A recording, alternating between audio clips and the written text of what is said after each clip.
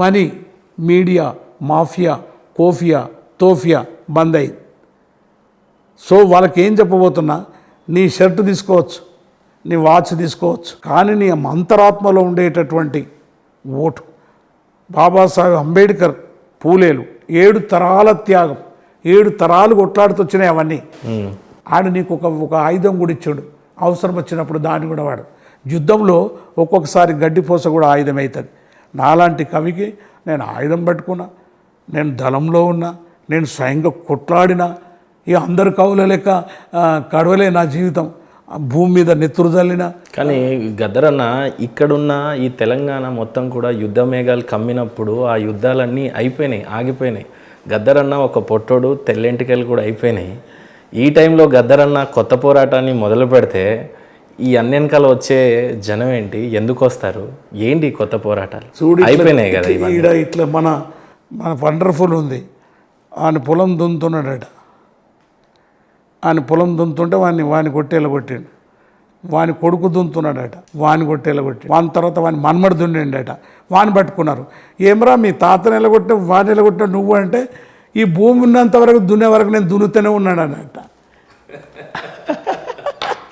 The generation will come. మనమేం కాదు, మనం మొదటి వాళ్ళం కాదు, చివరి వాళ్ళం కాదు. ప్రతిసారి ప్రతి యుగంలో ఎవడో ఇలాంటి వాడు అన్యాయాన్ని విధించేవాడు వస్తాడు, ఆడు ముగిసిపోయినాక మళ్ళీ వస్తాడు. అది నా విశ్వాసం. గద్దరన్న గతంలో సోనియా గాంధీ పాలన చూసినాం, ఇప్పుడు మోడీ పాలనను కూడా చూస్తున్నాం. ఏ పాలన మీకు బాగా నచ్చింది అని అంటే? ఒక పాలన అది ఇప్పుడు ప్రజాస్వామిక వ్యవస్థ వచ్చినప్పుడు ప్రజాస్వామికంగా నడవాలి.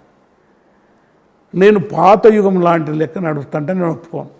ఫర్ ఎగ్జాంపుల్, నాది ఎక్కడుంది దాని అదే భారత రాజ్యాంగం తర్వాత ఇక్కడే. చాలా మంచి ప్రశ్న వేసినాం. ఇదో ఈ పుస్తకం ప్రకారం నడవాలి. మోడీ పాలనైనా, కేసీఆర్ పాలనైనా, రేపు గద్దర్ కూడా ఒకవేళ ఈ పార్లమెంట్కి వచ్చినా ఈ పుస్తకం ప్రకారం నడవాలి. ఈ నిచ్చెన మెట్ల వ్యవస్థలో ఇక్కడ ట్రైబల్స్ ఉన్నారు, గిరిజనులు. 5th షెడ్యూల్ 6th షెడ్యూల్ వాళ్ళది, మనది కాదు. గిరిజనులది పాపం. అక్కడనే వనరులు, వజ్రాలు, వైడ్యూర్యాలు అన్నీ ఉన్నాయి. నేను అమెరికాకు ఎవరికి ఇచ్చేస్తా అంటానంటే ఈ పుస్తకం ఒప్పుకోదు. ఆడపిల్లకు నేను 13 ఏళ్ళకే పెళ్లి చేసేస్తా, ఈ పుస్తకం ఒప్పుకోదు. నేను నా పిల్లని రూమ్లో వేసి ఇష్టం వచ్చినట్టు కొడతా, ఈ పుస్తకం ఒప్పుకోదు. నేను జీతం ఇవ్వ, ఈ పుస్తకం ఒప్పుకోదు. ఇది 7 తరాల త్యాగాల జ్ఞాన సిద్ధాంతం. That's all. 7 తరాలు కొట్లాడి దీంట్లో నీకు రైట్స్ ఇచ్చారు. ఇప్పుడు ఇక్కడ పరిపాలన ఎవరైనా పరిపాలించవచ్చు. ఈ పుస్తకం ప్రకారంగానే కేంద్రంలో మోడీ పాలన చేయాలి. నా ఉద్దేశం, ఈ పుస్తకం ప్రకారంగా నువ్వు చేస్తలేవు, దీన్ని డెఫ్యూజ్ చేస్తున్నావు, దీన్ని తీసేస్తలేడు, దీన్ని డెఫ్యూజ్ చేస్తున్నాడు. ఉదాహరణకి నేను ఒక ఎగ్జాంపుల్ చెప్తా. రాహుల్ ఉన్నాడు, రాహుల్ ఎవడో మోడీ గీడని తిట్టాడు.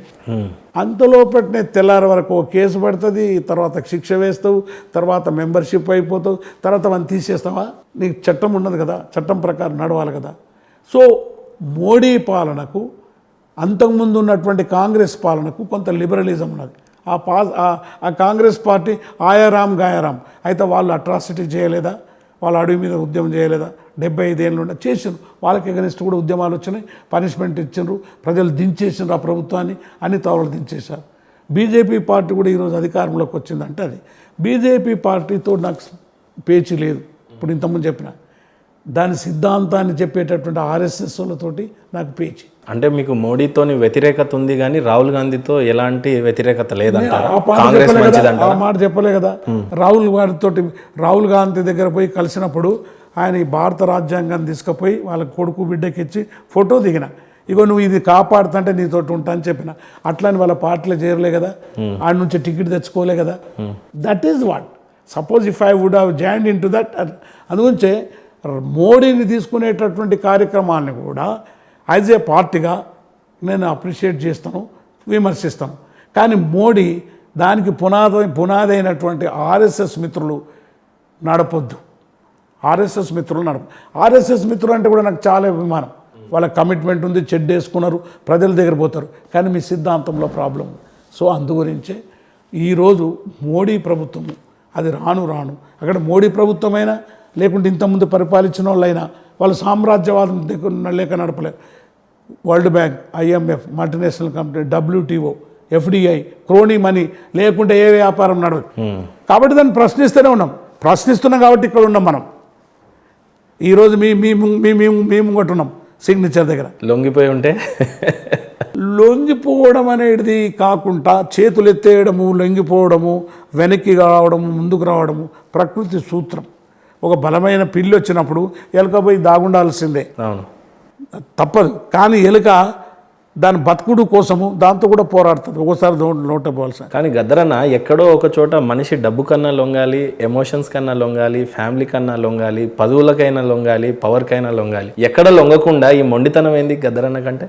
అంటే లొంగడం వేరు, యాక్సెప్ట్ చేయాలి కదా లైఫ్లో ఏదో ఒకటి. అయితే పవర్ నన్ను అనుభవించాలని యాక్సెప్ట్ చేయాలి. జీవితంలో లొంగడం వేరు, వెనక్కి రావడం వేరు.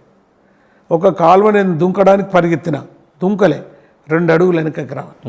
నేనేం గొప్పని కాదు, మనం కూడా చాలాసార్లు వెనకొచ్చాం, చాలాసార్లు వెనకకు వచ్చినాం, చాలాసార్లు ముందుకు పోయినాం, చాలా పొరపాట్లు జరిగినాయి, తప్పులు జరిగినాయి.